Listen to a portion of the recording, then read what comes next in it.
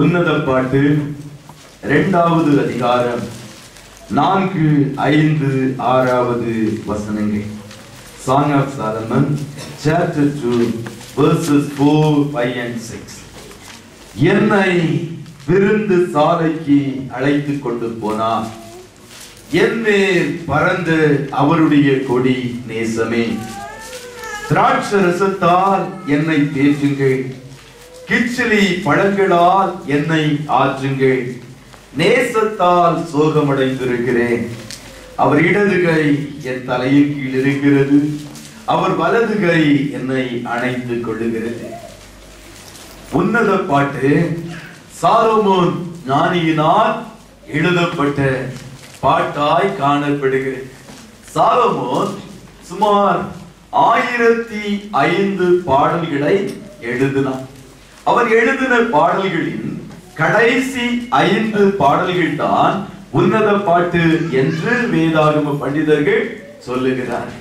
இது உன்னத பாட்டு மகிமையான புஸ்தகமாய், மேன்மையான ஒரு புஸ்தகமாய் வேதத்தில் காணப்படுகிறது. மாம்சீக கண்களோடு ஒருவேளை இந்த புஸ்தகத்தை வாசித்தால் இந்த புஸ்தகம் வேதத்தில் இருக்க வேண்டிய ஒரு புஸ்தகம் தானா என்ற கேள்வி அநேகருக்குள்ளாய் எழும்பும். ஆனால் இது ஒரு ஆவிக்குரிய கண்ணோட்டத்தோடு பார்க்க வேண்டிய ஒரு புஸ்தகமாய் காணப்படுகிறது. பிதாவாகிய தேவன் இஸ்ரவேல் ஜனங்கள் மேல், இஸ்ரவேல் சபையின் மேல் கொண்ட அன்பை வெளிப்படுத்துகிற ஒரு புஸ்தகம். பழைய ஏற்பாட்டிலே நாம் அப்படியாய் பார்த்தால், புதிய ஏற்பாட்டிலே கிறிஸ்து மணவாளனாகிய இயேசு கிறிஸ்து மணவாட்டியாகிய சபையின் மேல் கொண்ட நேசத்தை வெளிப்படுத்துகிற ஒரு பாட்டாய் காணப்படுகிறது. மணவாளனாகிய இயேசுவும் மணவாட்டியாகிய சபையும், சபை என்றால் என்ன? நீங்களும் நானும் தான் கர்த்தருடைய சபை. கர்த்தர் பேரில் வெளிப்படுத்துகிற பரஸ்பர அன்பாய் காணப்படுகிறது. ஆக இந்த ஆவிக்குரிய கண்ணோட்டத்தோடு நாம் இந்த புஸ்தகத்தை வாசிக்கிற வேளையிலே இது ஒரு மேன்மையான புஸ்தகமாயிற்று. எப்படி கர்த்தருடைய பிள்ளைகள் ஆண்டவரை நேசிக்க வேண்டும், எப்படி மணவாளனாகிய இயேசு நம்மை நேசிக்கிறார், அதை அறிந்து இன்னும் ஆழமாய் நாம் அவரை நேசிக்க எப்படி பழகிக் கொள்ள வேண்டும் என்பதை எல்லாம் இந்த புஸ்தகத்தின் வாயிலாய் நாம் எளிதாய் அறிந்து கொள்ளக்கூடிய ஒரு காரியமாய் காணப்படுகிறது. குறிப்பாய் இந்த 2வது அதிகாரம் மணவாளனும் மணவாட்டியும் தங்களுக்குள்ளாய் பரிமாறுகிற அன்பின் வார்த்தைகளாய் காணப்படுகிறது. மணவாளனாகிய இயேசுவும் மணவாட்டியாகிய சபையும், சபை மக்களாகிய நீங்களும் நானும் ஆண்டவரோடு பரிமாறுகிற, இல்லையென்றால் ஆண்டவரோடு பேசுகிற வார்த்தைகளாய் காணப்படுகிறது. மணவாட்டி சொல்லுகிறாள், என்னை விருந்து சாலைக்கு அழைத்து கொண்டு போனார். He brought me to the banqueting house. என்னை விருந்து சாலைக்கு அழைத்து கொண்டு போனார். என்னை பறந்த கொடி நேசமே. இயேசு நம்மை விருந்து சாலைக்கு அழைத்து கொண்டு வருகிற தேவனாய் காணப்படுகிறார். விருந்து சாலை என்றால் என்ன? யூதர்கள் இன்னும் தங்களுடைய வீடுகளிலே ஒரு மேல் வீட்டு அறையை வைப்பது வழக்கு. 2000 வருஷங்கள் இயேசுவின் நாட்களிலேயே காணப்பட்ட ஒரு காரியமாய் காணப்படுகிறது.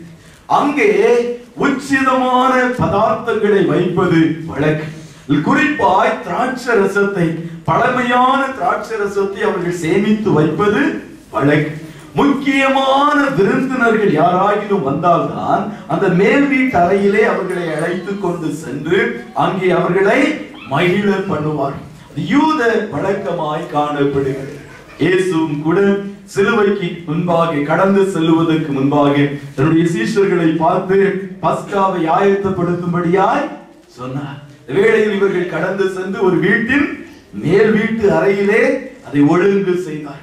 முக்கியமான ஒரு விசேஷித்த most precious place, மிகவும் முக்கியமான இடத்திலே அதை ஆயத்தப்படுத்தினார்கள் என்பதை நாம் பார்க்கிறோம். மாத்திரமல்ல, பெந்தேகோஸ்தே நாளிலும் சீஷர்கள் மேல் வீட்டு அறையிலே கூடி வந்திருந்தார்கள், காத்திருந்தார்கள், தரித்திருந்தார்கள். கர்த்தருடைய ஆவியானவர் அங்கே இறங்கி வந்தார் என்பதாக நாம் பார்க்கிறோம். ஆக அதுபோல கர்த்தர் உங்கள் ஒவ்வொருவரையும், என்னையும் உங்களையும் அவருடைய விருந்து சாலைக்கு அழைத்து கொண்டு வந்திருக்கு. நாட்களில் கர்த்தருடைய விருந்து சாலை எது? கர்த்தருடைய சபையாய் காணப்படுகிறது. கர்த்தருடைய விருந்து சாலை என்பது நீங்களும் நானும் அமர்ந்திருக்கிற இந்த இடமாய் காணப்படுகிறது.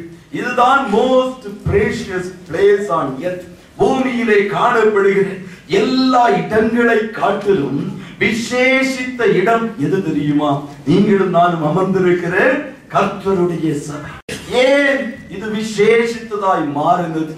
ஏன் இந்த இடத்திலே காணப்படுகிற ஜனங்கள் விசேஷித்தவர்களாய் காணப்படுகிறார்கள் என்ற ஒரு கேள்வி நமக்குள்ளாய் கடந்து வரலாம். வேதம் சொல்லுகிறது, ஆண்டவர் தன்னுடைய சபையை எப்படி சம்பாதித்தாராம்? அப்போஸ்தலர் 20:28 வாசிக்கிற வேளையிலே சுய இரத்தத்தினாலே சம்பாதித்த சபை என்பதாய் எழுதப்பட்டிருக்கிறது. சபையே, கர்த்தருடைய பிள்ளையே, கர்த்தருடைய விருந்து சாலையில் காணப்படுகிற அருமையான தேவ ஜனமே, உங்களையும் என்னையும் சம்பாதிப்பதற்கு ஆண்டவர் தன்னுடைய ஜீவனை கொடுத்திருக்கிறார். வேதம் சொல்லுகிறது, மாம்சத்தின் உயிர் இரத்தத்தில் காணப்படுகிறது. ஆக தன்னுடைய சுய இரத்தத்தை சிந்திதான் சபை மக்களை கர்த்தர் சம்பாதித்திருக்கிறார். உலகத்திலே நாம் பார்க்கும்போது எவ்வளவு அதிகமாய் விலை கொடுத்து ஒரு பொருளை வாங்குகிறோமோ அவ்வளவு அதிகமாய் அதை நாம் பத்திரப்படுத்தி பாதுகாக்க முயற்சிக்கிறவர்களாய் காணப்படும். அப்படித்தானே? 5 ரியாலுக்கு ஒன்று வாங்கினா அது சாதாரண போனா போட்டு, அதே 50,000 ரியால் கொடுத்து நீங்கள் வாங்கினா சாதாரணமாய் விட்டு விடுவீர்கள். இயேசு இந்த சபையை எப்படி சம்பாதித்தார் என்றால், அதற்காய் தன்னுடைய இரத்தத்தை, தன்னுடைய ஜீவனை கொடுத்திருக்கிறார். ஆண்டவர் அண்ட சராசரங்களை சிருஷ்டித்தவர், சர்வ வல்லமையுள்ள தேவன், எல் ஷடாய், மகிமையின் ராஜா அவர் தன்னுடைய ஜீவனையே கொடுத்திருக்கிறார். யாராகிலும் ஒருவர் அந்த தியாகத்தின் மேன்மையை, இல்லை என்றால் அந்த கிரயத்தின் தொகையை யாராகிலும் ஒருவர் கூற முடியுமா? கூற முடியவே முடியாது. அது கணக்கிடவே முடியாது.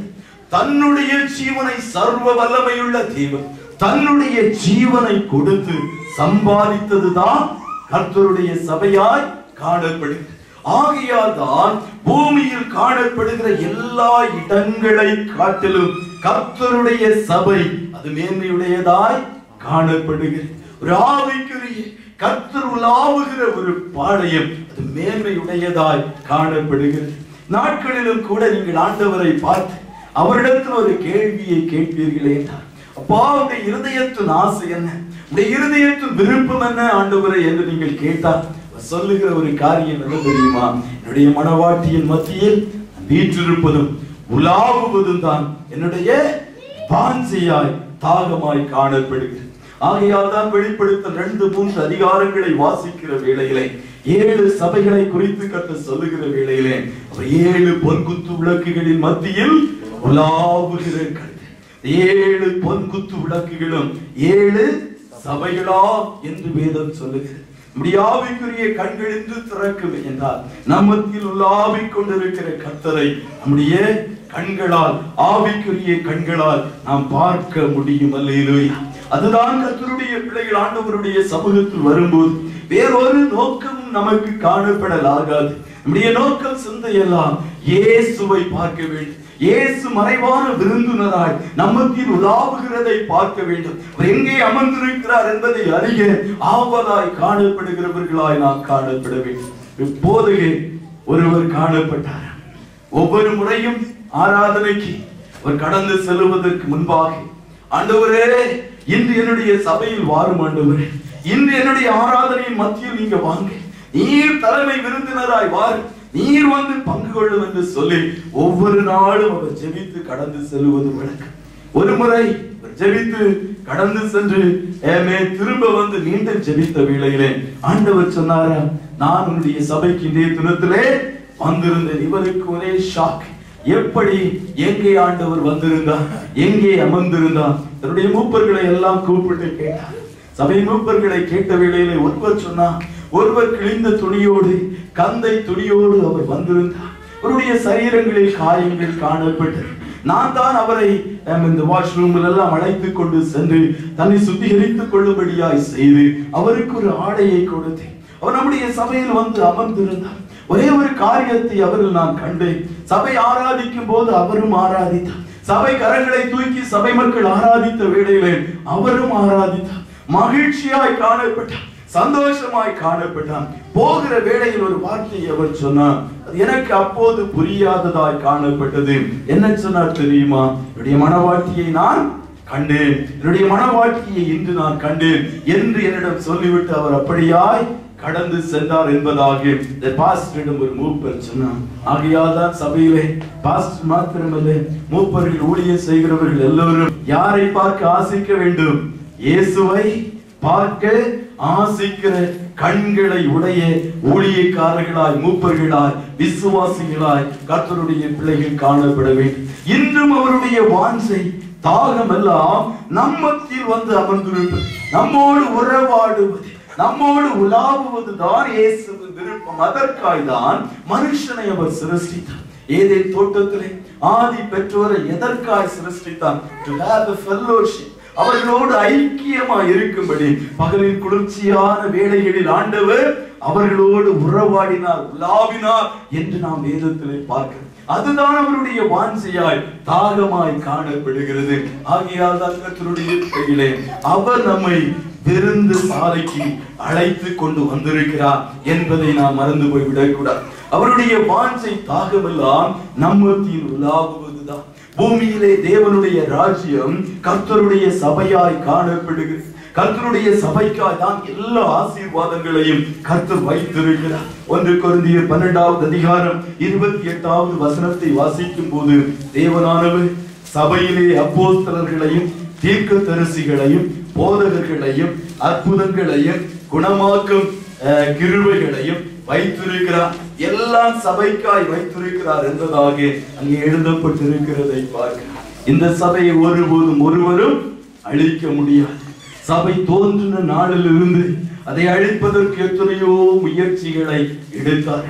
ஆவிக்குரிய கர்த்தருடைய சபை எழும்பதாகாது என்று சொல்லி அதை தடுப்பதற்கு எவ்வளவோ முயற்சிகள் எடுத்தார். ஒன்றும் பலிக்கவில்லை. ஏன் தெரியுமா? என் சபையை கட்டுவேன், பாதாளத்தின் வாசல்கள் என் சபையை ஒருபோதும் ஏற்கொள்ளுவதில்லை. ஒரே கர்த்தருடைய வார்த்தையின் நிமித்தம் இன்று கர்த்தருடைய உலகளாவிய சபையானது வளர்ந்து கொண்டிருக்கிறதை ஒழிய யாரும் அதை அழிக்க முடியவில்லை. கர்த்தருடைய விருந்து சாலையானது வளர்ந்து கொண்டிருக்கிறதை ஒழிய யாரும் அதை அழிக்க முடியாது. இந்த சபைக்கு தலை கிறிஸ்து, சரீரமாகிய சபையும் அவராய் காணப்படுகிறார். நீங்களும் நானும் அந்த சரீரத்தின் அவயவங்களாய் காணப்படுகிறோம். இசைவாய் இணைக்கப்பட்டு ஒரு மாளிகையாய் நாம் காணப்படுகிறோம். அது ஒரு பெரிய மேன்மையான பாக்கியமாய் காணப்படுகிறது. விருந்து சாலைக்கு நம்மை அழைத்து கொண்டு வருகிறது. பெரிய இன்வைடேஷன். அவரே நம்மை அழைத்து கொண்டு வருகிறார். சாதாரணமாய் ஆக்சிடென்டலாய் தற்செயலாய் யாரும் ஆண்டவருடைய சமூகத்திலே வரவில்லை. கர்த்தர் ஒருவரை இழுத்துக் கொள்ளாவிட்டால் வேதம் சொல்லுகிறது, பிதாவாகிய தேவன் ஒருவரை இழுத்துக் கொள்ளாவிட்டால் யாரும் இங்கே வர முடியாது என்று யோவான் 6வது அதிகாரம் 44வது வசனத்திலே நாம் வாசிக்கிறோம். கர்த்தரே நம்மை அழைத்துக் கொண்டு வந்திருக்கிறார். வருத்தப்பட்டு பாரம் சுமக்கிறவர்களே, நீங்கள் எல்லோரும் என்னண்டைக்கு வாருங்கள். இன்வைடேஷன், உங்கள் அழைப்புதலை கொடுத்து அழைத்துக் கொண்டு வந்திருக்கிறார். புதிய ஏற்பாட்டிலே வெளிப்படுத்தல் கடைசி அதிகாரத்திலே வாசிக்கும் போது ஆவியும் மனவாட்டியும் வா என்கிறார்கள், கேட்கிறவனும் வா என்பானாக என்று சொல்லி வா என்று சொல்லி அழைத்து கொண்டு கர்த்தர் நம்மை அவருடைய வீட்டிலே வைத்திருக்கிறார், அவருடைய விருந்து சாலையிலே வைத்திருக்கிறார் என்பதை ஆண்டவருடைய பிள்ளைகள் மறந்து போய்விடக் கூடாது. மாத்திரமல்ல, விருந்து சாலை என்றாலே ஒரு பிளேஸ் ஆஃப் அபண்டன்ஸ், திரட்சியான ஆகாரங்கள் இருக்கிற ஒரு இடமாய் காணப்படுகிறது. விருந்து சாலை என்றாலே அதுவாய் தான் காணப்படுகிறது. நம்மை மகிழ்ச்சியாக்குகிற திராட்சரசம் அங்கே உண்டு, தேனிட்ட பணியாரமாகிய மன்னா அங்கே உண்டு, என்னென்ன வேண்டுமோ அத்தனை ஆசீர்வாதங்களும் அங்கே காணப்படும். அதுதான் விருந்து சாலையாய் காணப்படுகிறது. நமக்குள்ளாக 2 விதமான மனிதர்கள் காணப்படுகிறார்கள் என்று வேதம் சொல்லு. ஒன்று அவுட்வர்ட் மேன், வெளிப்புறமான மனுஷன். இன்னொன்று உள்ளான மனுஷன், இன்வர்ட் மேன் என்பதாய் வேதம் சொல்லுகிறது. வேதத்திலே அநேக இடங்களிலே அதை குறித்து நாம் வாசிக்கிறோம். உள்ளான மனுஷன். நம் அநேக வேளைகளிலே வெளிப்புறமான மனுஷனை போஷிப்பதிலும் உடுத்துவிப்பதிலும் அலங்கரிப்பதிலும் தான் நாம் சந்தோஷமாய் காணப்படுகிறோம். அதில் தவறு ஒன்றும் இல்லை. அப்படிப்பட்ட விருந்துகளிலே கலந்து கொள்வதற்கு தான் நாம் ஆசைக்கிறோம். அப்படிப்பட்ட மகிழ்ச்சியான இடங்களில் காணப்படுவதை தான் விரும்புகிறவர்களாய் காணப்படுகிறது. வேதத்தில் அநேக விருந்துகள் நடந்த சம்பவங்களை எல்லாம் குறித்து நாம் வாசிக்கிற வேளையிலே வெளிப்புறமாய் ஜனங்களை மாத்திரம் மகிழ்விக்கும்படியாய் மாம்சத்துக்குரிய ஒரு விருந்தை செய்தால் விருந்துகள் எல்லாம் கடைசி பிரச்சனைகளில் தான் முடியும், குழப்பத்தில் முடியும். நம் ஆண்டவரை விட்டு இல்லையா தூரம் போய்விடும். அகாஸ்வேர் என்ற ஒரு ராஜா காணப்பட்டான். அவன் தன்னுடைய தேசத்தின் அத்தனை பிரபுக்களை எல்லாம் அழைத்து ஒரு பெரிய விருந்தை வைத்தான் என்பதாய் ஜனங்களை எல்லாம் அழைத்து ஒரு பெரிய செலிப்ரேஷன். அது எத்தனையோ நாட்கள் கடந்து சென்றது என்று எஸ்தர் 1வது அதிகாரத்தில் நாம் வாசிக்கிறோம். குறிப்பாய் கடைசி 7 நாட்களிலும் அது பெரிய ஒரு விருந்தாய் காணப்பட்டது. அங்கே அவர்கள் மதுபானம், திராட்சை ரசம் எல்லாவற்றையும் பருகிக் கொண்டு சந்தோஷமாய் களிப்பாய் காணப்பட்ட வேளையில தன்னுடைய பிரதானிகளுக்கு பிரபுக்களுக்கு எல்லாம் தன்னுடைய மனைவியாகிய வஸ்தி என்றாலே அழகு என்று அர்த்தம், அவள் காட்டும்படியாய் கொண்டு வரும்படியாய் அழைத்துக் கொண்டு வரும்படியாய் இவன் சொன்னான். மதியேட்டு நாள் சொன்ன ஒரு வார்த்தை, மற்றவர்களுக்கு முன்பா என்ன கேளிக்கை பொருளா மனைவி அழைத்துக் கொண்டு வரும்படியாய் சொன்னான். அவள் அந்த வேளையிலே அவள் ஸ்திரீகளுக்கெல்லாம் ஒரு விருந்தை ஆயத்தப்படுத்தி கொண்டு காணப்பட்டாள். அதன் நிமித்தமாய் அவள் சொன்னாள், நான் இப்போது வர முடியாது. நடந்தது என்ன? அங்கே அவள் தள்ளப்பட்டாள். வஸ்தி ராஜஸ்தானத்திலிருந்து தள்ளப்பட்டான். இங்கே ஒரு குழப்பம் உண்டாகிறது என்பதாக அங்கே நாம் பார்க்கிறோம். தானியேல் தீர்க்கதரிசியின் புஸ்தகம் 5வது அதிகாரத்தை நாம் வாசிக்கிற வேளையிலே அங்கேயும் பெல்தாஷார் என்று சொல்லுகிற ஒரு மனுஷன் தன்னுடைய பிரபுக்களில் 1000 பேருக்கு ஒரு விருந்தை ஏற்படுத்தி இருந்தான் என்று வேதம் சொல்லுகிறது. அங்கே அவன் அந்த விருந்தை செலிபிரேட் செய்து கொண்டிருந்த வேளையிலே கர்த்தருடைய ஆலயத்திலிருந்து எடுத்துக் கொண்டு வந்த பாத்திரங்களை எல்லாம் அங்கே அசுத்தப்படுத்தினார். அது மாத்திரமல்ல, கல்லான மண்ணான தெய்வங்களை எல்லாம் அவர்கள் புகழ்ந்தார்கள் என்பதாக எழுதப்பட்டிருக்கிறது. நடந்தது என்ன? அப்பொழுதே ஒரு கை உறுப்பானது தோன்றி மெனே தெற்கே உப்பார்சின் நீ கர்த்தருடைய தராசிலே நெருக்கப்பட்டு குறைபட்டவனாய் காணப்பட்டாய் என்று சொல்லி அன்றே அவனுக்கு தீர்ப்பு எழுதப்பட்டது என்று வேதத்தின் வாயிலாய் நாம் பார்க்கிறவர்களாய் காணப்படுகிறோம். வெளிப்புறமான மனுஷனை மகிழ்விக்கும்படியாய் பூரிப்பிக்கும்படியாய் சந்தோஷப்படுத்தும்படியாய் செய்கிற அநேக விருந்துகள் அநேக வேளைகளில் குழப்பத்தில் தான் முடிகிறதாய் காணப்படுகிறது. கர்த்தருடைய பிள்ளைகளாகிய நீங்களும் நானும் உள்ளான மனுஷனிலே அனுதினமும் பலப்பட வேண்டும். எபேசியர் 3வது அதிகாரம் 16வது வசனம் சொல்லுகிறது, உள்ளான மனுஷனில் நீங்கள் அதிகமாய் வல்லமையாய் பலப்பட வேண்டும் என்பதாக எழுதப்பட்டிருக்கிறதை பார்க்கிறோம். வாசியுங்கள் அந்த வசனத்தை. Ephesians chapter 3 verse 16. நீங்கள் அவருடைய ஆவியினாலே உள்ளான மனுஷனில் வல்லமையாய் பலப்படும். அவருடைய ஆவியினாலே உள்ளான மனுஷனில் வல்லமையாய் பலப்பட வேண்டும் என்பதாக எழுதப்பட்டிருக்கு. 2 கொரிந்தியர் 4வது அதிகாரம் 16வது வசனத்தை வாசிக்கிற வேளையிலே உள்ளான மனுஷன் நாளுக்கு நாள் புதிதாக்கப்பட வேண்டும் என்பதாய் அங்கேயும் எழுதப்பட்டிருக்கிறதை பார்க்கிறோம். ஆக கர்த்தருடைய பிள்ளைகளாகி நீங்களும் நானும் கர்த்தருடைய விருந்து சாலையிலே வரும்போது வெளிப்புறமாய் நமக்கு சந்தோஷம், நம்முடைய ஆவியில் கலிகூர்தல், ஒரு பூரிப்பு எல்லாம் உண்டு. நம்முடைய ஜனங்களோடு சந்தோஷமாய் இருக்கிறதை காட்டிலும் என்ன பாக்கியம் நமக்கு காணப்படுகிறது. ஏதம் சொல்லுகிறது, கர்த்தர் தன்னுடைய ஜனங்களை தன்னுடைய ஜெப வீட்டிலே அழைத்துக் கொண்டு வந்து அவர்களை மகிழ பண்ணுகிற தேவன், மகிழ்ச்சியாக்குகிற கர்த்தர். அதை காட்டிலும் மேலாய் உள்ளான மனுஷனிலே நம்மை பலப்படுத்துகிற தேவனாய் ஆண்டவர் காணப்படுகிறார். உள்ளான மனுஷனை இன்னும் புதிதாக்குகிற கர்த்தராய் காணப்படுகிறார். கர்த்தருடைய வார்த்தைகள் கடந்து வருகிறது. வேதம் சொல்லுகிறது, சீயோனிலிருந்து கர்த்தருடைய வார்த்தைகள் கடந்து வரும். கர்த்தர் தம்முடைய வழியை நமக்கு போதிப்பார். ஆசாரியனுடைய உதடுகள் அறிவை காக்க வேண்டும். வேதத்தை அவனுடைய வாயில் தேடுவார்களே அவன் சேனைகளுடைய கர்த்தருடைய தூதன் என்பதாகவும் வேதம் சொல்லுகிறது. கர்த்தர் தன்னுடைய ஊழியக்காரர்கள் மூலம் தன்னுடைய வார்த்தைகளை அனுப்புகிற தேவனாய் காணப்படுகிறார். இந்த வார்த்தையானது உள்ளான மனுஷனை பலப்படுத்துகிறதாய் காணப்படுகிறது. உள்ளான மனுஷனை இன்னும் இன்னும் ஒவ்வொரு நாளும் புதுப்பிக்கிறதாய் காணப்படுகிறது. கர்த்தருடைய விருந்து சாலையிலே வரும்போது நமக்கு கிடைக்கிற ஒரு மேலான பாக்கியமான் இது காணப்படுகிறது. மாத்திரமல்ல, தேவனுடைய சிங்காசனத்திலிருந்து புறப்பட்டு வருகிற ஜீவநதி உடைய தாகத்தை எல்லாம் தீர்த்து, பரிசுத்த ஆவியாகிய நதி அவருடைய அபிஷேகம், அவருடைய வல்லமை நம்முடைய தாகத்தை எல்லாம் தீர்த்து நம்மை புதுப்பிக்கிறதாய், பலப்படுத்துகிறதாய் காணப்படுகிறது. கர்த்தர் மேய்ப்பராய் இருக்கிறார், நான் தாழ்ச்சி அடையேன்.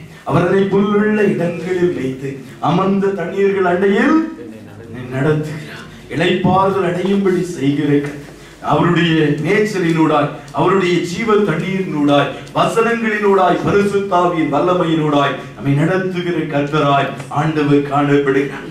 விருந்து சாலையிலே நாம் கடந்து வருகிற வேளையிலே என்னென்ன ஒரு ஆவி ஆத்ம சரீரத்திற்கு என்னென்ன உணவுகள் வேண்டுமோ, என்னென்ன காரியங்கள் வேண்டுமோ, அத்தனை காரியங்களையும் கர்த்தர் பரலோகத்திலிருந்து அனுப்புகிற தேவனாய் காணப்படுகிறார். இன்னும் மல்கியாவிலே நாம் வாசிக்கிறோமே, கர்த்தருக்கு பயந்தவர்கள் மேல் நீதியின் சூரியன் உதிப்பார், அவருடைய சிறகின் கீழ் ஆரோக்கியம் இருக்கும், அவர்கள் கொழுத்த கன்றுகளாய் வளருவார்கள் என்று நாம் வாசிக்கிறோமே. வரும்போது அந்த ரூத்தின் மேல் தன்னுடைய போர்வையை விரித்த போவாசை போல கர்த்தர் நம்மே அவருடைய போர்வையை விரிக்கிற ஆண்டவராய் காணப்படும், அவருடைய சிறகை விரிக்கிற தேவனாய் காணப்படும். இந்த சிறகின் கீழ் ஆரோக்கியம் இருக்கு. இந்த ஆரோக்கியமானது நம்மை கொழுத்த கன்றுகளாய் வெளியாய் மாத்திரமல்ல, உள்ளான மனுஷனிலும் கொழுத்த கன்றுகளாய் நம்மை வளரும்படி கர்த்தர் செய்கிற ஆண்டவராய் காணப்படுகிறார். என்னென்ன நன்மைகள் வேண்டுமோ அத்தனை நன்மைகளையும் கர்த்தர் தருகிறவராய் காணப்படுகிறார். என்னை விருந்து சாலைக்கு அழைத்து கொண்டு போனார். இந்த வசனத்தின் அடுத்த பகுதி என்ன சொல்லுகிறது? என்மேல் பறந்த கொடி தேசமே, என்மேல் பறந்த கொடி தேசமே என்பதா எழுதப்பட்டிருக்கிறது. கொடியை குறித்து நாம் பார்க்கிற வேளையில கூட்டத்தை ஐடென்டிஃபை செய்வதற்காக பொதுவாய் கொடியை வைப்பது வழக்கு. தேசத்தின் முந்தைய நாட்களில் எல்லாம் யுத்தத்துக்கு கடந்து செல்லுகிற வேளையிலே என்னுடைய ராஜாக்களின் பெயர்களை தங்கள் கொடியிலே எழுதியிருப்பார்.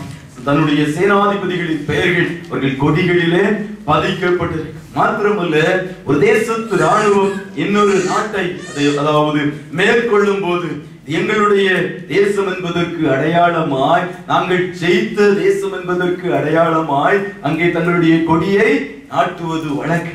மாத்திரமல்ல, மகிழ்ச்சியாய் சந்தோஷமாய் காணப்படுகிற இடங்களில் எல்லாம் பேனர்களை கட்டுவதும் கொடியை கட்டுவதும் இந்நாட்களிலும் கூட நாம் அதை பார்க்கிறவர்களாய் காணப்படுகிற தேசம் தன்னுடைய நேஷனல் டேஸ் எல்லாம் செலிபிரேட் செய்யும் போது கொடிகளை நாம் எங்கு பார்க்கிறவர்களாய் மகிழ்ச்சியை வெளிப்படுத்துகிறவர்களாய் காணப்படுகிறோம்.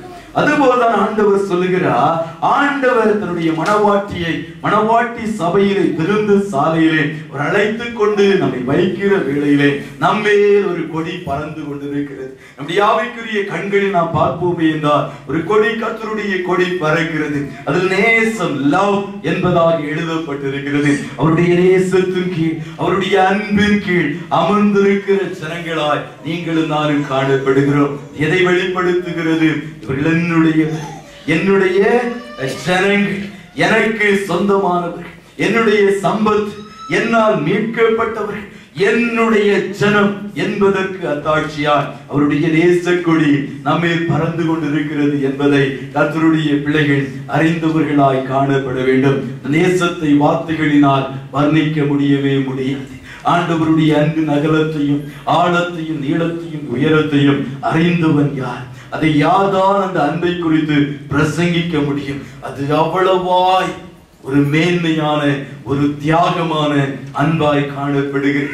பேசியர் 5:25 வாசிக்கிற வேளையிலே கிறிஸ்து சபையில் அன்பு கூர்ந்தார் என்பதாக அங்கே எழுதப்பட்டிருக்கிறது.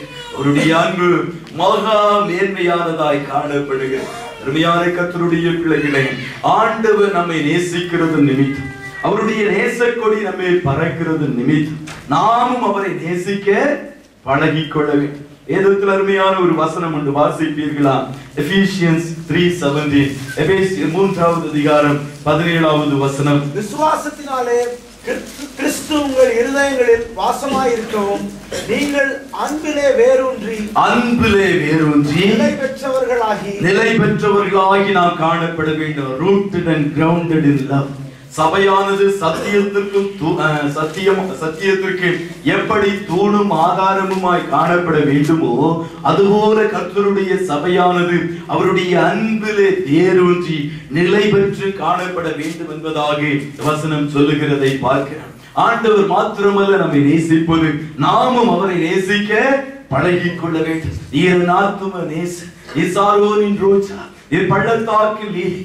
ஆண்டவருடைய அன்பை ருசிக்க ருசிக்க ருசிக்க அவருடைய அன்பிலே மூழ்க மூழ்க மூழ்கதான் அந்த ரிலேஷன்ஷிப் என்பது ஒவ்வொரு நாளும் ஒரு ஃப்ரெஷ்ஷாக ஒரு புதியதாக காண அவருடைய அன்பை எவ்வளவுக்கு எவ்வளவு தியானம் செய்கிறோமோ அவ்வளவுக்கு அவ்வளவு ஆழமாய் ஆண்டவரோடு ஒரு உறவு கொள்ளுகிற ஜனங்களாய் நாம் மாற முடியும். கர்த்தருடைய அன்பை ஒருபோதும் நாம் சாதாரணமாய் எடுத்து விடக்கூடாது. அவருடைய விருந்து சாலையிலே வருகிற வேளையில்தான் அவருடைய நேச கொடி நம்மை பறக்கிற ஒரு இன்டிமேட் ரிலேஷன்ஷிப் மணவாளனாகிய இயேசுவுக்கு மணவாட்டி சபைக்கும் இடையே காணப்படுகிற ஒரு நேச உறவை அந்த நேச கொடி வெளிப்படுத்துகிறதாய் காணப்படுகிறது. அடுத்த வசனத்தை வாசிக்கிற வேளையிலே 5வது வசனம் சொல்லுகிறது, உன்னத பாட்டு 2:5, திராட்சரசத்தால் என்னை தேற்றுங்கள், கிச்சடி பழங்களால் என்னை ஆற்றுங்கள், நேசத்தால் சோகமடைந்திருக்கிறேன். சுலபத்தி சொல்லுகிறார், மணவாட்டி சபை சொல்லுகிறது, நேசத்தால் சோகமடைந்திருக்கு. I am sick of love. நேசத்தால் பலகீனப்பட்டு காணப்படுகிறேன். அவருடைய நேசம் என்னை அதிகமாய் நெருக்கி ஏவுகிறதுனால் அவருடைய நேசத்தினால் நான் சோகமாகி நான் பலகீனப்பட்டவளாய் காணப்படுகிறேன் என்பதாக மணவாட்டி அங்கே சொல்லுகிறதை பார்க்கிறோம். ஆண்டவருடைய அன்பு முன்பு சொன்னது போல அதிகமாய் ஆட்கொள்ளுகிற வேளையிலே அந்த அன்பை தாங்க முடியாதவர்களாய் அந்த நேசத்தை தாங்கிக் கொள்ள முடியாதவர்களாய் நாம் காணப்படுவது இயல்பாய் காணப்படுகிறது. அந்த உன்னதமான அனுபவங்களை வாழ்க்கையில் நாம் எத்தனை முறை அனுபவித்து இருக்கிறோம் என்று நாம் அறியாதவர்களாய் காணப்படுகிறோம். இங்கு சூலபத்தி சொல்லுகிறார், நான் அவருடைய நேசத்தால் சோகமடைந்திருக்கிறேன், அதன் நிமித்தமாய் திராட்சரசத்தால் அதை தேற்றுங்கள், கிச்சிலி பழங்களால் என்னை ஆற்றுங்கள், என்னை உற்சாகப்படுத்துங்கள் என்று சொல்லி அவள் கூறுகிறதை அவள் சொல்லுகிற வார்த்தையை பார்க்கிறோம். உண்மையான கர்த்தருடைய பிள்ளைகளே, ஒவ்வொரு துதி ஆராதனை வேளைகளிலும் இந்த அனுபவத்திற்குள்ளாய் கடந்து செல்ல சபை பிரயாசப்படுகிறதாய் முயற்சிக்கிறதாய் காணப்படுது. ஏதோ வந்து பாடணும், அதை இதை சொன்னோம், கடந்து சென்றோம் என்பதாய் அல்ல. ஒவ்வொரு ஆராதனைகளும் ஆண்டவருடைய நேசத்திற்குள்ளாய் கடந்து செல்லுகிற ஆராதனையாய் காணப்படுகிறது. அவர் நம்மை நேசிக்கிறதையும் நாம் அவரை நேசிக்கிறதையும் உறுதிப்படுத்துகிறதாய் ஒவ்வொரு ஆராதனைகளும் காணப்பட வேண்டும். ஆராதனைகளிலே வித்தியாசங்களை வருகிற நாட்களிலே நாம் பார்க்கிறவர்களாய் காணப்பட வேண்டும். நேச அக்கினி இருதயங்களை நிரப்புகிற வேளையிலே எரியாதபடி நம்முடைய நேசத்தை ஆத்தும நேசரின் மேல் செலுத்துகிறவர்களாய் காணப்படுவோம். எவ்வளவுக்கு எவ்வளவு அதிகமாய் ஆண்டவரை நேசிக்கிறோமோ, எங்கே இயேசு நேசிக்கப்படுகிறாரோ, எந்த சபை இயேசுவை நேசிக்கிறதோ, எந்த சபை மக்கள் இயேசுவை நேசிக்கிறார்களோ, அங்கேதான் ஆண்டவர் வந்து உலாவுவார். ஒருவேளை அவரை பிரியப்படுத்தாதபடி, அவருக்கு நம்முடைய நேசத்தின் உச்சிதங்களை வெளிப்படுத்தாதபடி ஆராதித்தா யாராவது நீங்க வர விரும்புவார்களா? நாமே ஒரு குடும்பத்தை அதிகமாக நேசிக்கவில்லை என்றால் இந்த குடும்பத்திற்கு நாம் போகிறோம் என்றாலே ஒரு வெறுப்பாய் காணப்படும். ஆண்டவரும் அப்படித்தான். நாம் அவரை நேசிக்க பழகிக் கொள்ளவில்லை என்றால் அவருடைய நேசத்தின் மேன்மையை அறியாதவர்களாய் வழக்கத்தின்படி எல்லாவற்றையும் செய்கிறவர்களாய் காணப்பட்டால் ஆண்டவர் ஒருபோது நம்மத்தியில் வந்து உலாவ முடியாது. மாறாக ஒவ்வொரு நாளும் நம்முடைய அன்பு அது ஒரு ஃப்ரெஷ்ஷாக ஒரு புதியதாக இயேசுவை காண வேண்டும், அவருடைய அன்பை தியானிக்க வேண்டும், அவருடைய அன்பில் மூழ்க வேண்டும், அவருடைய மகிமையின் சாயலை நான் காண வேண்டும், அவருடைய வல்லமையிலே அவருடைய வல்லமையின் பிரசன்னனை ஆட்கொள்ள வேண்டும், அவருடைய அபிஷேகத்தின் நிறைவு என்னை நிரப்ப வேண்டும் என்ற ஒரு வாஞ்சியோடு நாம் கடந்து வந்தால் ஆண்டவர் நிச்சயமாய் நாம் அவரை நேசிப்பது நிமித்தம் அவருடைய நேச கொடி, அவருடைய நேச பிரசன்னம் நம்மை நிழலிடுகிறதாய் காணப்படும். சுலபத்தி சொல்லுகிறார், நான் நேசம் மேற்கொண்ட நேசத்தால் சோகமடைந்திருக்கிறேன், பலகீனப்பட்டு காணப்படுகிறேன். அவ்வளவுக்கு அவ்வளவு நான் ஆண்டவரை என்னுடைய மணவாளனை நேசிக்கிறேன் என்று சொன்ன வேளையில அடுத்ததாய் அடுத்த வசனம் சொல்லுகிறது, அந்த வேளையில் அவருடைய இடதுகை என் தலையின் கீழ் இருக்கிறது, வலதுகரம் என்னை அணைத்துக் கொள்கிறது. எப்போது ஒரு சபை ஆண்டவரை அதிகமாய் நேசித்து இந்த உறவும் மிக உன்னதமாய் காணப்படுகிறதோ, அருகில் உங்கள் நேசம் இருக்கிறதை உங்களுடைய கண்கள் காண. எப்போது நம்முடைய அன்பு அவ்வளவு ஆழமாய் காணப்படுகிறதோ அப்போதுதான் உங்களுடைய கண்களுக்கு உங்கள் அருகில் இயேசு இருப்பதை உணர்ந்து கொள்ள என்ன செய்வார்? இடது கையை தலையின் கீழ் வைத்து வலக்கரத்தால் நம்மை அணைப்பார். எப்படி ஒரு தாய் தன்னுடைய குழந்தையை இடது கரங்களை தன்னுடைய பிள்ளையின் தலையின் கீழ் வைத்து வலக்கரத்தால் தூக்கி மார்போடு அணைக்கிறாள், அதுபோல இயேசு நம்மத்தியில் கடந்து வந்து நாம் அவரை அதிகமாக நேசிப்பதன் நிமித்தம் அவருடைய இடது கரத்தை நம்முடைய தலைகளின் கீழ் வைத்து வலக்கரத்தால் மார்போடு அணைப்பார். எவ்வளவு ஆனந்தமாய் காணப்படும். எவ்வளவு பாரங்களோடு வந்தாலும் சரி, எவ்வளவு பிரச்சனைகளோடு கடந்து வந்தாலும் சரி, என் ஆண்டவருடைய இடதுகரம் உங்கள் தலையின் கீழ் வந்து வலக்கரத்தால் உங்களை அணைப்பாரு என்றால் உடைய பாரங்கள் எல்லாம் அதே வேளையில் கடந்து எந்த வியாதிகளாய் காணப்பட்டாலும் சரி, ஒரு அணைக்கிற அதே வேளையில எல்லாம் நம்மை விட்டு எடுபட்டு போயிட்டு, எவ்வளவு நெருக்கப்பட்டு எவ்வளவு ஒடுக்கப்பட்டு உபத்திரவப்பட்டு குடும்ப பிரச்சனைகளோடு கூட நாம் ஆண்டவருடைய சமூகத்தில் வந்தாலும் சரி, ஆண்டவருடைய நேசக்கர மார்போடு நம்மை வாரி அணைக்கிற வேளையிலே அவ்வளவுதான் ஒரு மேன்மையான சமாதானம், மேன்மையான ஒரு விடுதலை, மேன்மையான தேவ பிரசன்னம் இருதயங்களை ஆட்கொள்ளுகிறதாய் காண வந்த வண்ணமாய் நாம் திரும்பி செல்லுவதே இல்லை. மாறாக ஒரு புதுபலத்தோடு உள்ளான மனுஷனில் பலப்பட்டு ஆண்டவருடைய அன்பினால் நிறைந்து அற்புதங்களை சுதந்திரித்து ஒரு மேன்மையான மகிமையான பாத்திரங்களாய் நாம் இந்த இடத்திலிருந்து கடந்து செல்லுவது நிச்சயமாய் காணப்படுகிறது. வார்த்தையின்படி என்னை விருந்து சாலைக்கு அழைத்து கொண்டு போனார். இயேசு நம்மை ஒரு விருந்து சாலையாகிய சபைக்கு அழைத்து கொண்டு வந்திருக்கிறார். அன்பு சகோதரனே சகோதரி, அவருடைய நேச கொடியானது நம்மேல் பறந்து கொண்டிருக்கிறது. அந்த நேசத்தின் மேன்மையை உணர்ந்து நம்முடைய இருதயங்கள் சோகமடைந்திருக்கிற வேளையிலே, அந்த நேசத்தால் நிறைந்த பாத்திரங்களாய் நாம் காணப்படுகிற வேளையிலே இடதுகரம் நம்முடைய தலையின் கீழ் அமர்ந்து வலக்கரத்தால் நம்மை மார்போடு அணைத்து நம்மை தேற்றி ஆற்றி அற்புதங்களை செய்து நம்மை ஆமென் ஹல்லேலூயா கடந்து செல்லும்படி செய்கிற கர்த்தராய் அவர் காணப்படுகிறார். ஆண்டவருடைய சமூகத்தில் எழுந்து நின்று ஜெபிப்போமா. ஹல்லேலூயா. நன்றி ஆண்டவரே, கண்மலையே உம்மை நன்றியோடு துதிக்கிறோம் ஆண்டவரே. அல்லேலூயா. என்னை விருந்து சாலைக்கு அழைத்து கொண்டு போனார். என்னை பரந்த கொடி தேசமே. அல்லேலூயா ஹல்லேலூயா ஹல்லேலூயா. உடைய தேசத்தான் நான் சோகமடைந்திருக்கிறேன். இமேர் அவருடைய இடதுகை என் தலையின் கீழ் பலக்கரந்தனை அணைக்கிறது. அல்லேலூயா ஆமென் ஹல்லேலூயா. அப்பா உடைய அன்பு மேன்மையானது ஆண்டவரே, உடைய அன்பு ஆமென் மகா மேன்மையானது. அல்லேலூயா. நன்றியோடு நன்றியோடு ஸ்தோத்திரிக்கிறோம். நம்மே பரந்த கொடி நேசமே, சபையே அவருடைய நேச கொடி உங்கள் மேல் பறந்து கொண்டிருக்கிறது. நேசருடைய பிரசன்னம் அல்லேலூயா நம்மை மூடி வைத்திருக்கிறது. எல்லோரும் வாய்களை திறந்து சொல்லலாமே, இயேசுவே நான் உம்மை நேசிக்கிறேன் ஆண்டவரே. இயேசப்பா நான் உம்மை நேசிக்கிறேன். நான் சுமமடாளனே நான் உம்மை நேசிக்கிறேன் ஆண்டவரே. எல்லோரும் சொல்லுவீர்கள் ஹல்லேலூயா.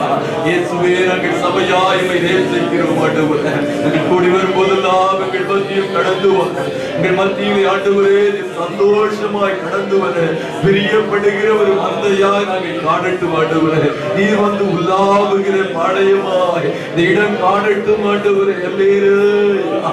உம்மை நன்றியோடு நன்றியோடு நன்றியோடு துதிக்கிறோம் ஆண்டவரே. ஹல்லேலூயா ஹல்லேலூயா. கண்மலையே உம்மை ஸ்தோத்திரிக்கிறோம் ஸ்தோத்திரிக்கிறோம். ஹல்லேலூயா. நன்றி ஆண்டவரே. ஹல்லேலூயா. அவரிடதுகையின் தலைமேல் வலக்கரத்தாலே தேற்றுகிறார். அவர் தேசத்தால் சோகமானே என்னில் பரந்த கொடி தேசமே.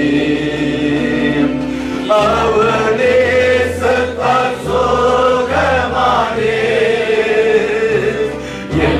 பரந்த கொடி தேசமே. இயேசுவே